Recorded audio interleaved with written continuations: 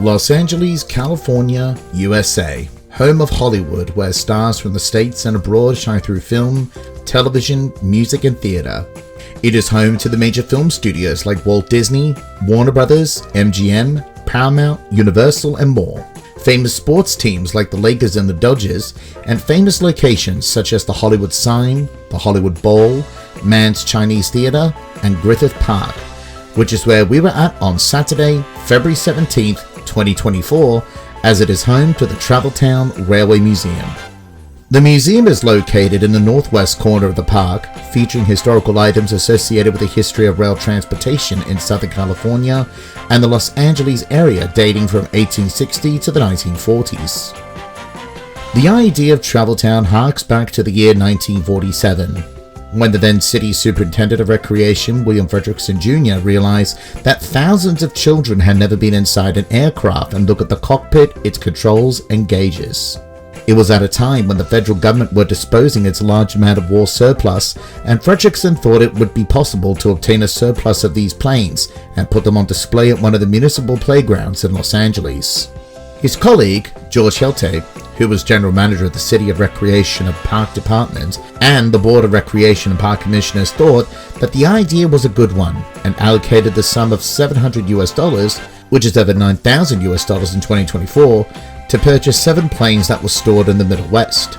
But by the time the purchases were properly channeled, the aircrafts were unavailable. But Frederickson still obtained the dream of creating a park where children climb inside various vehicles. And that dream would become a reality in 1952, enlisting the aid of Honor Winston, the supervisor of maintenance for the Recreation and Parks Department, to seek Traveltown's first exhibit.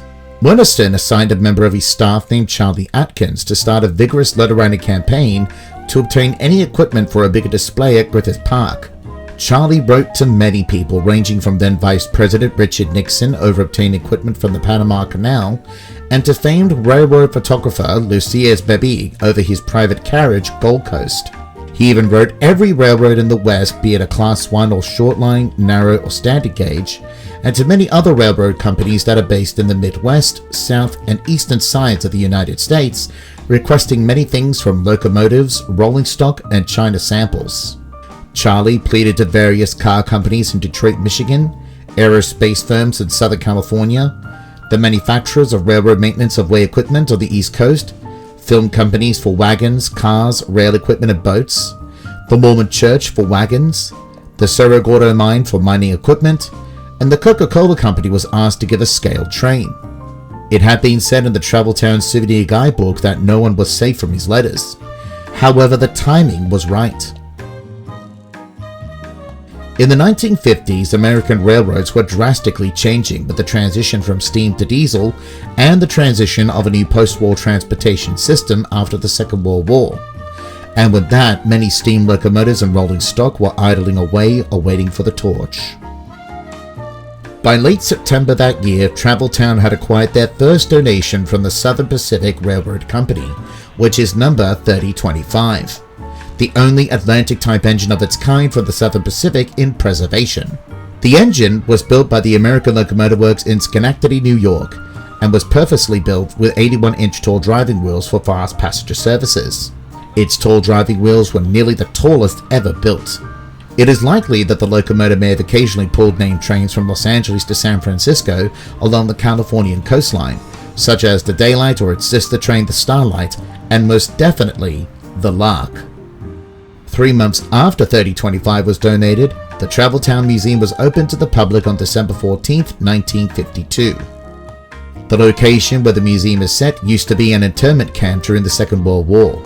This was recognized with a sign by the museum in 2023. 2 years after its opening, a dining car from Union Pacific was donated and is used to host birthday parties at the museum. The display was all access, and fencing was considered in 1955 to prevent vandalism. An operating steam railroad was later established in 1955 called the Crystal Springs and Southwestern, using equipment from the 3-foot 914mm narrow gauge Oahu Railway from Hawaii, which includes 2 of its former steam locomotives on 1 kilometer of track. However, the operation of the line lasted for 6 years, with it ending in 1961. According to Michael Phillips, who was an engineer for Disneyland's Railroad and Knott's Berry Farm's Ghost Town of Calico Railroad, said there were many reasons why the railroad ended its operation. It just depends on who you ask. The reasons range from the train crew wanted to be paid equally to the likes of their counterparts on the real railroads, something that the city had changed quick. Another reason was that the city passed tougher smog regulations. But the real reason is the deterioration of the locomotive. When it was shipped from Hawaii, a sizable sum of money came alongside it helped to pay for its future repairs. The city found out about these funds and diverted it to fund for other things. Once when the engine was in need of those repairs, the money that was earmarked for the situation was gone. Another reason was the construction of the Ventura Freeway running over a part of the roadbed. In 1966, plans were made to rebuild Traveltown. However, also according to Phillips, it didn't go smoothly. But the reasons are unknown as of the making of this video. And sadly, during its rebuild, the bell from number 85 was stolen by vandals. During the rebuild, it was planned to restore the railroad, but the curves were too tight when relaying the track, and the only thing that could round it easily is a handcar. A trolley car that was converted to run on gasoline was the alternative, which ran from 1970 to 1975.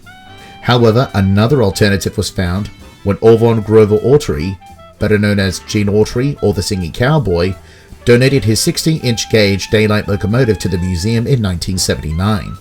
The miniature engine and its carriages were made for Gene Autry's Melody Ranch, a movie ranch that was located near Newhall, California. You can still see Autry's daylight operating at Little America's amusement park's Whiskey River Railway at Wisconsin. Traveltown sold off the locomotive in 1985. The museum still operates the miniature railway with their depiction of an 080 shunter, a switcher in US rail lingo, better known as the yard goat. The engine's number 1986 was named after the year it was built. The carriages that 1986 is hauling are from Gene Autry's daylight set. The steel covering of the carriages were installed in 1989 to protect the passengers from the sun. As of the two Hawaiian steam locomotives, they were sold off by the museum in 1992 in exchange for a working diesel locomotive and two sleeping carriages.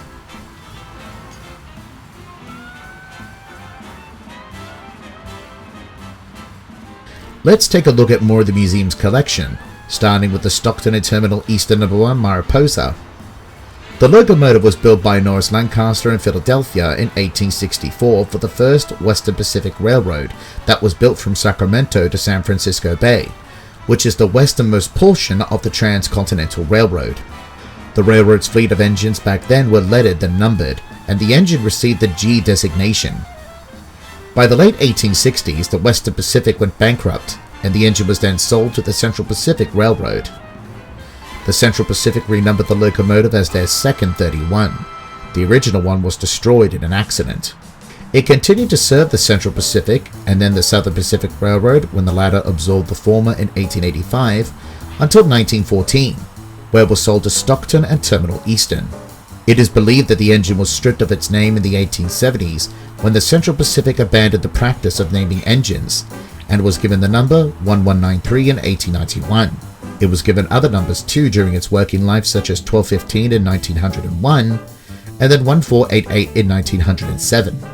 It then served its new owners until 1953 and was then donated to Traveltown that same year after 89 years of service. Nearby Mariposa is the Atchison, Topeka and Santa Fe Railroad 664, built by the Baldwin Locomotive Works in 1899. Originally numbered 891, the locomotive was used exclusively for freight work around Texas, Oklahoma, and other surrounding states, although some engines of this class pull freight trains around California.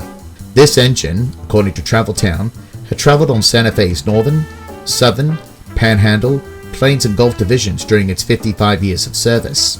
When it retired in 1953, the railroad donated it to Traveltown.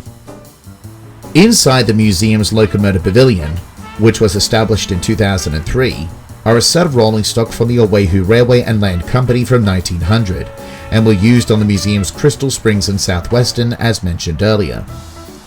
The set was donated to the museum by the railway through the efforts of the Railway and Locomotive Historical Society in 1953. These carriages would later serve as the inspiration for the Retlaw 1 coaches that were used on the Disneyland Railroad at Anaheim from 1955 to 1974. The history of the Disneyland Railroad can be found on this channel here. Link is in the description. Also inside the pavilion is North Shore Railroad's Electra, built in Sausalito in 1902. Its sloped ends were made from steam locomotive tenders wedged on either side of the cab, and is filled with sand on one end and water on the other. In 1906, it was shipped to San Francisco to clear up the damage of the infamous 1906 earthquake and fire. It was then sold to Central Pacific and was then stored until it was sold to Pacific Electric in 1917 and helped out with construction projects and shunting duties around Los Angeles. One of these construction projects was LA's subway system in 1925. It then retired in 1952 and was donated to Traveltown that same year.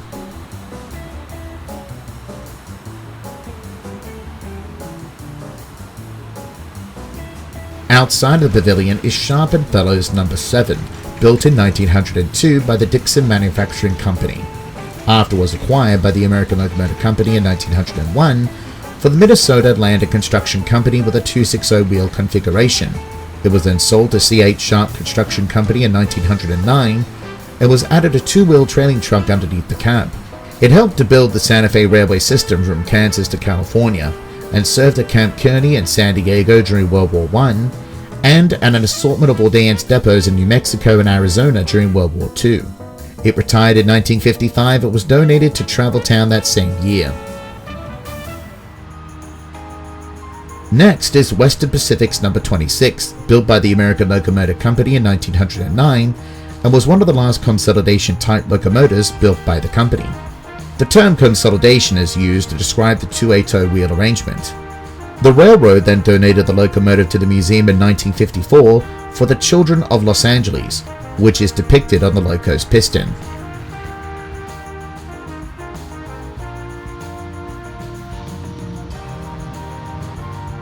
These two saddle tank engines may be similar but were built 7 years apart.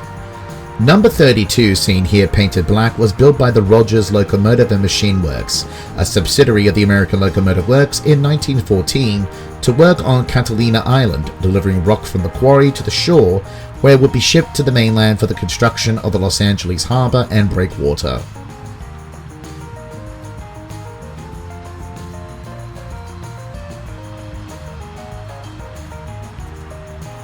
Number 31 was built in 1921 at Davenport Locomotive Works in Davenport, Iowa for the same reason. They also worked on the mainland delivering construction supplies to various sites around the harbor. Both were destined to be scrapped until Charlie Atkins discovered them and suggested that they should be preserved instead in 1952.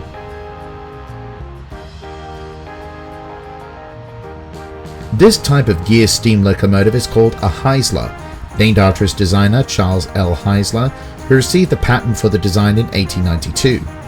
Number 1369 was built by the Heisler Locomotive Works in 1918 for the Hetch Hetchy Railroad to haul materials for the construction of the San Francisco Dam to supply drinking water. It was then sold to the Standard Lumber Company in 1920 at Sonora, California, which later became the Pickering Lumber Company in the Motherlode Country, and it stayed there until it retired in 1952. And later donated to Traveltown. The locomotive was cosmetically restored as an Eagle Scout service project of Will Cosso and was completed in June 2016.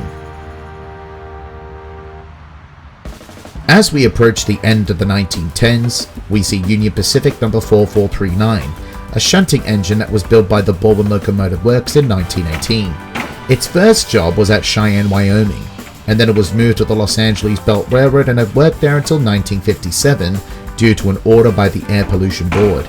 It was the last steam locomotive to have operated in both the harbor and the greater Los Angeles area.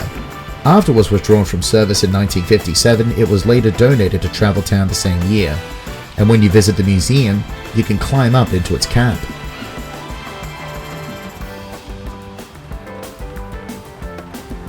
We now move to the 1920s, starting off with Santa Maria Valley No. 1000, built by the American Locomotive Works in Schenectady, New York in 1920 for the Hetch Hetchy Railroad to help with the construction of the dam. 4 years later, it was sold to the New Aiken Valley Railroad, which was owned and operated by the Carlisle Lumber Company in Washington State, and was then sold to the Santa Maria Valley Railroad in 1944, which served oil refineries in Santa Maria, California. and it hauled produce to the Southern Pacific's main line at Guadalupe, California. When the line was introducing diesel locomotives, 1,000 retired in 1954 and was then donated to Traveltown that same year by the railroad. Behind number 1000 is 1273 from Southern Pacific. It was built in 1921 by the railroad's own workshops in Sacramento and primarily worked as a shunting engine during its 35-year career. It retired in 1957 and was donated to Traveltown by the railroad the same year. In 1922, Camino Placerville on Lake Tahoe No. 2 was built by the Lima Locomotive Works in Lima, Ohio. This is another gear-type locomotive which is known as a shay, named after its creator Ephraim Shay to prevent difficulties of the winding, hilly and rough lumber railroads. This locomotive's first railroad was the Little River Redwood Company in Carmel, California, as their number 4 locomotive. In 1935, it was sold to the Camino Placerville on Lake Tahoe Railroad, owned by the Michigan-California Lumber Company, and was renumbered as their second locomotive to carry milled timber from Camino, California in the Sierra Nevada mountains east of Sacramento to a connection on the Placerville branch on the Southern Pacific in Placerville, California. It retired in 1955 and was donated to Traveltown that same year by the lumber company. Another saddle tank engine, built in 1925 by the Cook Locomotive and Machine Works, that was bought out by the American Locomotive Works in 1901 for the Consolidated Rock Products. It had worked there for 30 years and retired by order of the Small Control Board and was replaced by a diesel engine.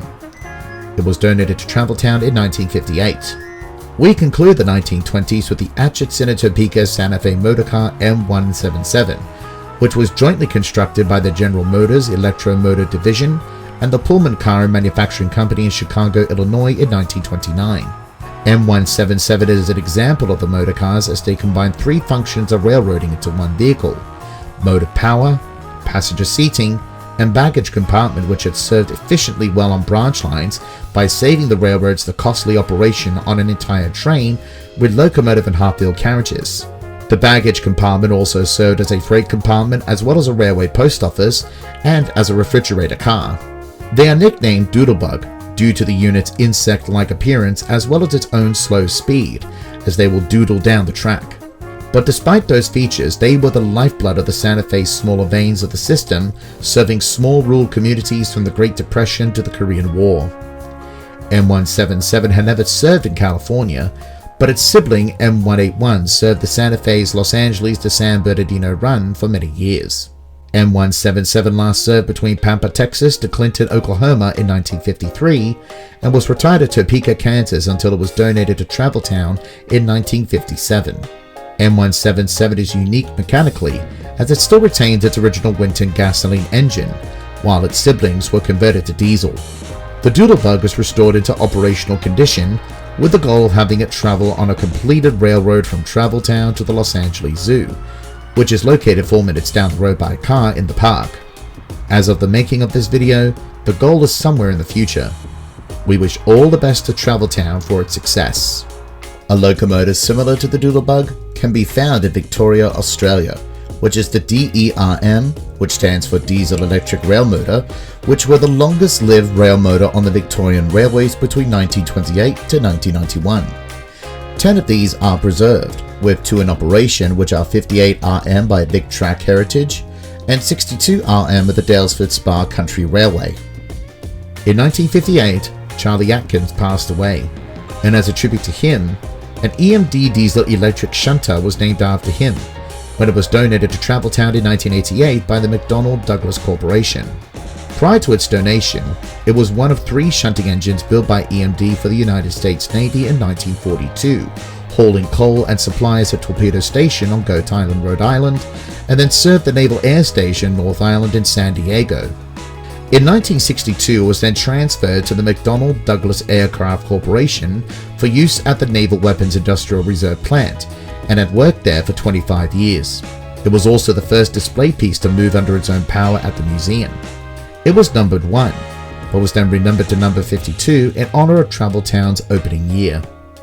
Nearby Charlie's a self-propelled crane for the United States War Department in 1943, number 1887.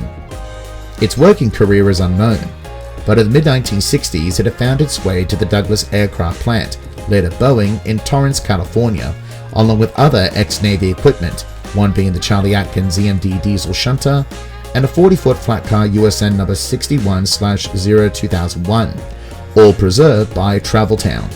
The flat car, as well as the crane, were donated to the museum by Boeing in 1999. Our last look at the display goes to the youngest member of the museum's collection, which is the California Western number 56, built in 1955 by the Baldwin-Lionel Hamilton Company, 3 years after Traveltown was opened, for the McCloud River Railroad. They were designed for multiple unit operation and were equipped with dynamic braking equipment to assist in train handling on the mountainous logging railroad. In June 1969, it was sold to the Chrome Crankshaft Company and was resold to the California Western Railroad in 1970 in Fort Bragg and ran both passenger and freight services. By 1992, it was relegated as a shunting engine until it was donated to Traveltown that year as a trade for the 2 Hawaiian steam locomotives along with a sugarcane wagon. There are other pieces of railway history on display at the museum, such as these semaphore signals from Southern Pacific Lines and this amusement park train called Little General that was built originally by the owner, George Lodge, of the miniature railway Silver Lake, Ohio, along with his friend Frank Jones. In 1905, it was sold to Buckeye Lake Co. of Licking County, Ohio. It had changed to many owners and successfully ran at a number of amusement parks throughout the state of Ohio. From 1960 to 1962, it was refurbished and was given a new boiler by machinist Lee B. Gake and refashioned its appearance as the Civil War locomotive General. Another Ohio amusement park called Ghost Town purchased the locomotive in 1967 and ran during its 1968 season. However, it was then sold to 2 spectators who sold it 1 year later to Beverly Hills steam hobbyist Marshall N. Fisher. When he passed away, his widow found a permanent home for the little engine at Traveltown, and now it resides there as a historical piece of early amusement park train rides. Speaking of miniature train rides, we now move to the Griffith Park Southern Railroad, a 16-inch miniature railway which is 8 minutes by road from Traveltown. Our locomotive we will be riding is the Stanley Diamond, built in Oregon in 1993, and was modeled after the narrow gauge locomotives that worked the timber mining areas of the West during the early part of the century. Let's have a ride around the miniature railway which had been at the park since 1978.